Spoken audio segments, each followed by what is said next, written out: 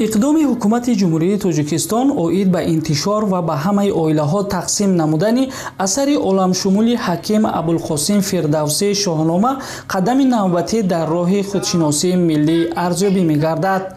هرچند شاهنامه تا این زمان نیز در میان مردم فرهنگسالار تاجیک زنده و جاوید بود، ولی به هر خاندان تقدیم گردیدن آن از جانب رهبر دولت قبل از همه حس وطن دوستی مردم را زیاد می‌گرداند.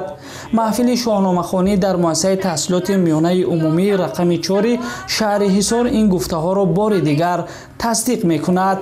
ندانم یک زنده از لشکرت، ندانم چی آید زبد بر سرت.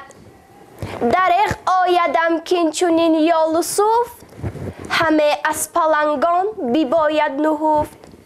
نباشی بس امین به بازوی خش، خورد گاوی نادان زی پهلوی خش.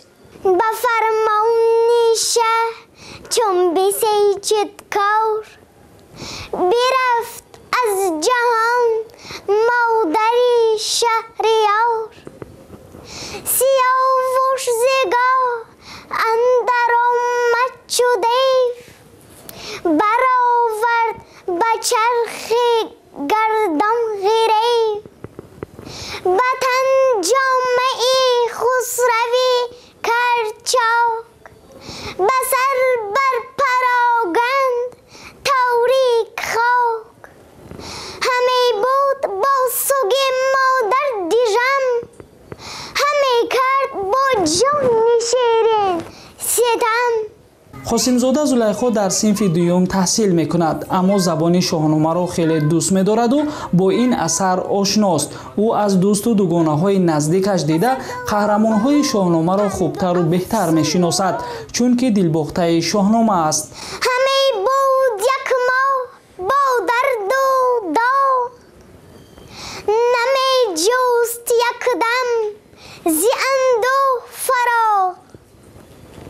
از آن چون بزرگان خبر یافتند، به پیش سیاوش بشتافتند.